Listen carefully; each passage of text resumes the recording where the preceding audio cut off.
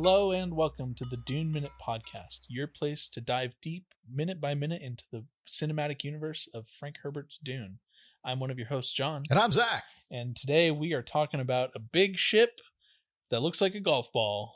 Yeah, we got a golf ball landing. Love that. Our last minute ended with Paul gazing up into the sky, and we get to see exactly what he was looking at now. Just this absolute unit of a ship that is landing on Caladan. Bearing in mind that it looked tiny coming out of the Hyle.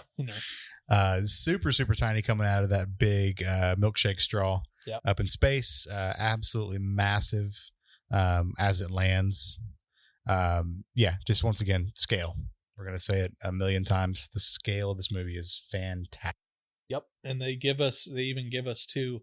So that wide shot where you see the ship descending and everything as it lands, you see a bunch of what look like legions of Atreides soldiers, and there's like 5 legions wide, and they're still not as wide as the ship is. Oh wow. Yeah. It's huge. And right out of that ship we see just this big door start to open. Yep.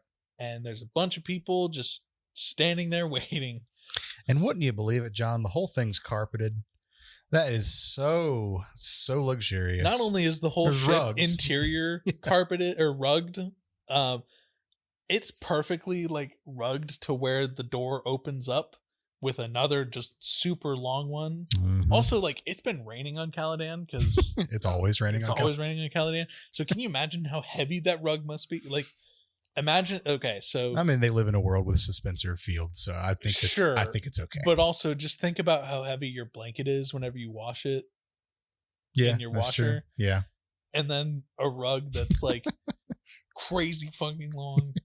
I mean, yes, you have suspender fields, but when I saw that, like, it's not a Persian rug, but it looks like what you would call like a Persian rug today. Yep. When I saw that on the door, another one that on the ground outside when the ship was landing, to me, I know they said spice is the most valuable substance, but as a homeowner, I would argue that rugs are one of the most valuable substances as how expensive they are. Just to see those massive rugs, I was like, yep, the emperor really is rich. They are just throwing money everywhere. But yes, we see it. We see this group of individuals start to descend the ramp. Yep. There is a one unhooded figure at the front, but I don't want to talk about him just yet. I want to talk about the 5 golden hooded figures that are to our right, his left, as they are descending. These are what I would assume are either members of the Spacing Guild or guild navigators themselves. Yeah, I'm just gonna go ahead and put my money on just some kind of general member of the Spacing Guild, not necessarily navigators. Clearly, we see like their hoods are full of spice. So if they are of the navigator type, they would be like stage 1, early on. I was thinking that they are some form of diplomatic entity. But because this is a, ceremonial diplomatic thing. So, sure. And navigators typically do not, like full navigators typically do not let themselves be seen. They're not really, I mean, I know what you mean. Well, at least in the books. But also like they're not seen because of the amount of spice. But what you can see, and this is one of the nice things about going through this movie minute by minute, is you pick up on like these super minute details that you don't see unless you're like pausing on frames every 2 seconds. Yeah, like a sociopath. But you do see the faint outline of like a very thinned, like, how when you see like a mummy and their face obviously doesn't have any water in it, so like the cheekbones are super pronounced, and I mean, it's basically just like the thinnest layer of skin over a skeleton. Yeah. You see that kind of like outline behind the spice, and then you do see two glowing eyes Oh, cool. inside of the hoods. Yeah, I must have missed that. That's cool. One thing that makes me think that some of those are members of the Spacing Guild and some of them are navigators, though, are that three of them are walking, carrying individual staffs. Not that I think the staffs are important in that, like, they tell a hierarchy or anything, but like clearly three of these navigators, or three of these members of the five, have some degree of importance over the other two, because if they were all the same, they would all have staffs, or all not. So there's some hierarchy there. Yeah. Cool. But yeah, I just love this scene. Like, this scene has one of the coolest moments of creativity with like costume design, I think, that we see in the entire movie, just because of like the variety of everything that we've got, the Spacing Guild members being the coolest that we see. Yeah, absolutely. They're not the only ones that walk off the ship, though. We get some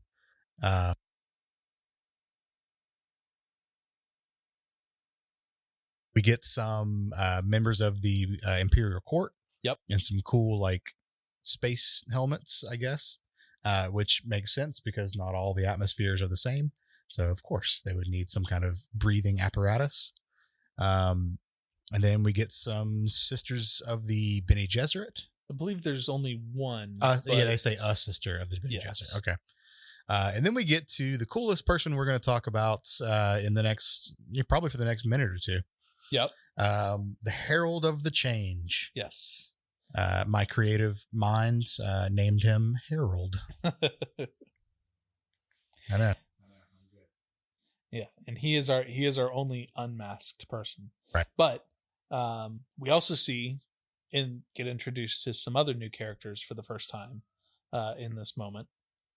Specifically, we see Leto Atreides, and Leto delivers one of the few comic relief moments in this movie, as he says, "Smile, Gurney," and then we get a hard cut to the grizzled face of Josh Brolin, who says, "I am smiling." Yeah.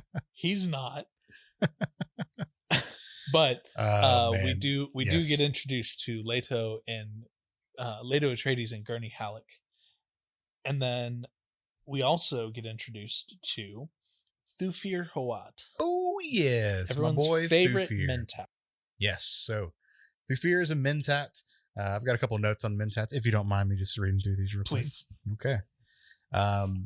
So first and foremost, Mentats kind of get a backseat in this movie, which is okay. And Denis even acknowledges that as well. He did. Yeah. This is not a story about them and the way they shaped this script for the movie. They're not super, super important, or at least to be on screen. Yeah.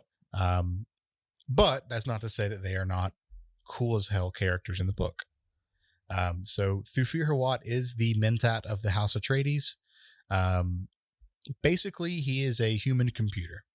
Gotcha. So because they do not have quote unquote thinking machines in this universe anymore, which is any kind of like highly advanced computer, they need to have people who are able to do this stuff.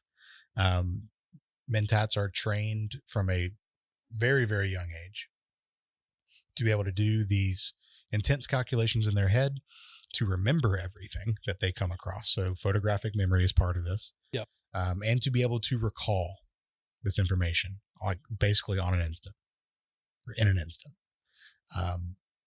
So super awesome. I wish I had those abilities. That would be amazing. Do you think everyone just hands him like their checks whenever they go out, and they're just like, "Hey, calculate my tip"? I don't know about that, but I definitely am sure they don't let him see their credit cards. It's probably running financial analysis models right. all of the time. Right. But I mean, that's kind of his job. So yeah, I mean, he's there to analyze. He remembers just about everything he sees. Yep. He can do these calculations, which all these abilities make Mentats some of the most valuable people to have on your like council if you are an say a duke running a planet. So yes, and Thufir Hawat is supposedly one of the best mentats that has ever lived, which is awesome that he's with the Atreides, because he's doing some good work with them. He's served a couple different dukes, or at least two different dukes in the Atreides. Okay, so he's been around for a minute then. Yeah. He was brought into the Atreides house under Leto's father, The old Duke. The old Duke, yeah. And helped raise Leto as part of his father's council. So he's very close with the families, and now he's helping raise Paul. So super, super close. In the books, Paul is actually has received mentat training.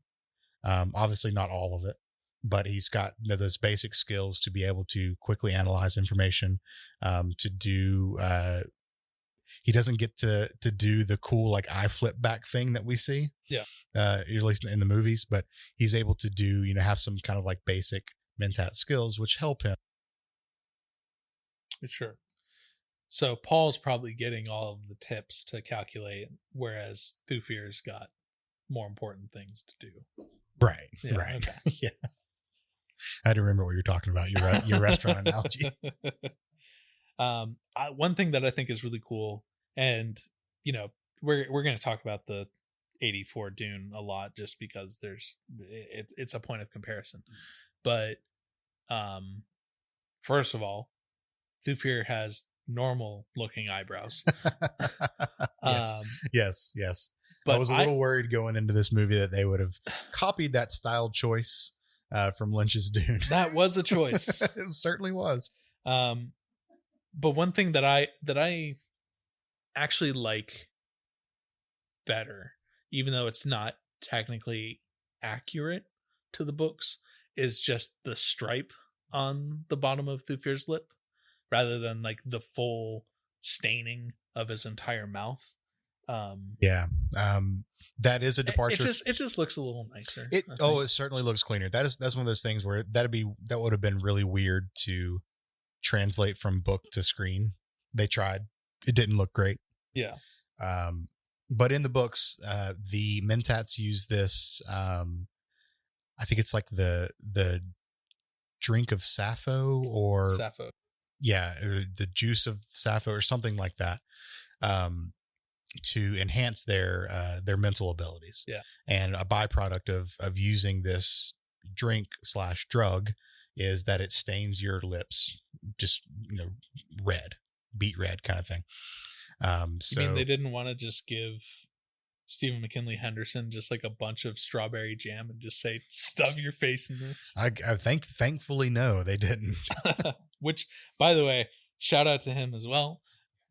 Fantastic actor to see him in this role. Even though it's not necessarily the biggest role, I think he does a fantastic job as Thufir. Oh, absolutely. Yeah, he does a casting for this whole movie is on point. Spared no expense with casting. So we get the tattoo on the lips, or on the chin, like right below the lips. We get the eyes rolling back and fluttering. And I think that's good. That is enough to be able to say, like, if you were to come across a person that was doing those two things, you'd be like, that person's a mentat. We don't need the red lips. So it's a lot cleaner of an indication of someone's rank in that way. Yeah. Our minute ends with a question after we've learned that Gurney Halleck is indeed smiling. Ends with a question from Leto Atreides to Thufir Hawat. And Leto asks, how much will this cost them traveling all this way for this formality? Which to me just means that Leto knows that this whole thing could have been an email. It's bullshit. Yeah. We got everyone up. It's early as Everyone's hell in the morning. Dressed up. It's raining. I don't want to be, standing here. Full military dress. Yeah, just like... Or ceremonial, I guess. You couldn't have called me? Yeah. We'll have more to say about this. I just like the glances and everything that get exchanged. just daggers Yeah. all over the place. But yes, we do see Thufir's eyes roll back into his head, does a little moment of calculation, and he just tells us 3 guild navigators, which is what makes me believe that the ones with the staffs are the actual navigators themselves. Yeah, and that could be a change they make in the movie. Sure. We probably won't know until part 3 comes out.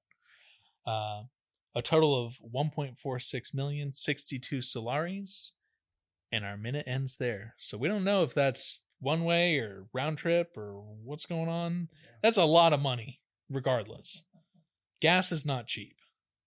So we need to see if they have a Solari to modern dollar converter. I mean, it could be anything. Who knows? Yeah.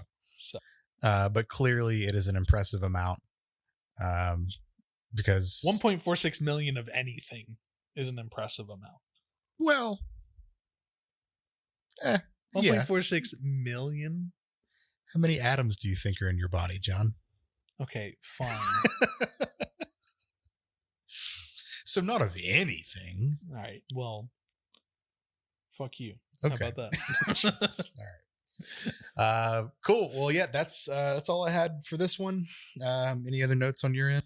Nope. This is I think this minute shows off. Do you think that this minute is just about showing off who has better carpets? I think that's the core of the whole movie. Yeah. No, again, it's a lot more place setting, world building. We're getting introduced to, new types of characters, not necessarily by name, but new types of characters left and right. We're seeing a lot of the variety in this universe, which is important for telling any really good sci-fi story that takes place over vast distances and involves so many people. You want to be introduced to a lot of different folks. Yeah. Think of the cantina scene in Star Wars. that's a part of what its purpose was, is to introduce you like, oh, these are not just humans that live here. There's a bunch of aliens too. My friend doesn't like you. I don't like you either. And I mean, I've recently, this has come to no surprise to you, but recently started rewatching DS9. It's about that time of year. Sure. So for all of our listeners, it should be noted that Zach watches a ungodly amount of Star Trek. It's my comfort show. I like it. This is what, your 12th viewing of DS9? I don't know. I don't count. And sometimes it's not even watching. Sometimes it is listening because I just put it on in the background and it's a thing that I like. But when I was writing the notes for this minute, I'd recently watched a scene where it takes place on the promenade in DS9. And I was like, oh, that's kind of the same thing that we're talking about. It is just introducing you to more of the world. Sure. So you get a lot more of these visuals, which is super. We're still within the first 10. So there's gonna be more and more world building, but absolutely. All right, cool. Well, yeah, that's all I got too. We'll be back tomorrow to talk about minutes 8 and 9 on the Dune Minute Podcast. See ya.